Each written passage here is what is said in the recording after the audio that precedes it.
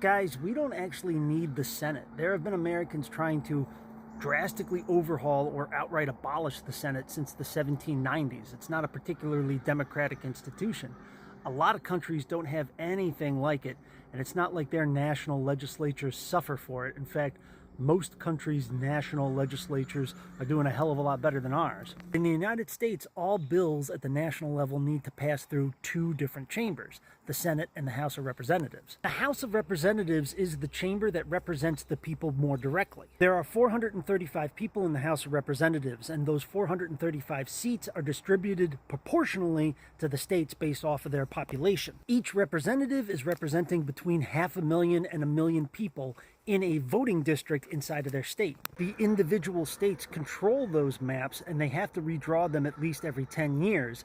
And then the representatives have to continuously win re-election every 2 years. Every single member of the House of Representatives is having to deal with a constantly shifting map. They have to run for re-election every 2 years.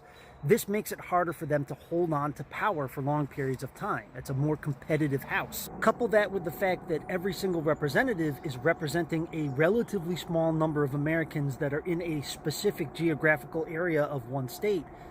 It's just an intrinsically more democratic institution. Now compare all that to the Senate, where we have only 100 seats, 2 for every state, regardless of the state's population. Senators do not have a voting district that they are responsible to. They are elected at the state level and are meant to represent the state itself at large. They don't have to deal with electoral maps at all. Senators have to win re-election every 6 years, but it's very rare that they ever lose their re-election bid. I live in New York State. Our 2 senators are Chuck Schumer and Kirsten Gillibrand. Chuck Schumer has been there since 1998. Kirsten Gillibrand has been there since 2009, and neither of them have ever faced a particularly difficult re-election campaign. The only time that senators ever leave the Senate is to either die or retire. And originally, senators weren't even elected. They were appointed by your state's legislature right up until 1912. Originally, the Constitution said that the folks in the House of Representatives had to be elected by a popular vote, but it left it up to the individual states to decide how they were going to pick their senators. So it probably won't surprise you to know that the Senate was known as a cesspool of corruption throughout the entire 1800s, right? Because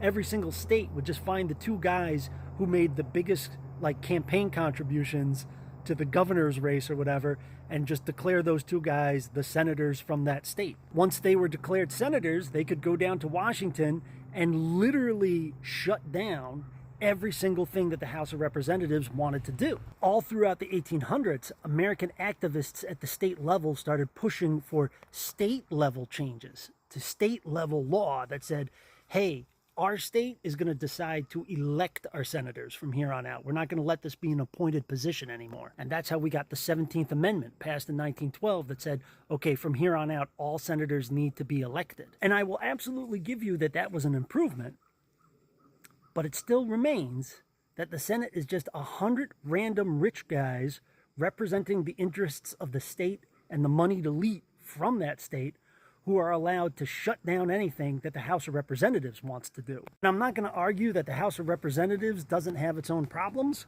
but I am going to argue that of the 2 different houses, the Senate is the one that is extra, unnecessary, superfluous, and less democratic. Could the United States do it? Could the United States merge the Senate and the House of Representatives or abolish the Senate outright?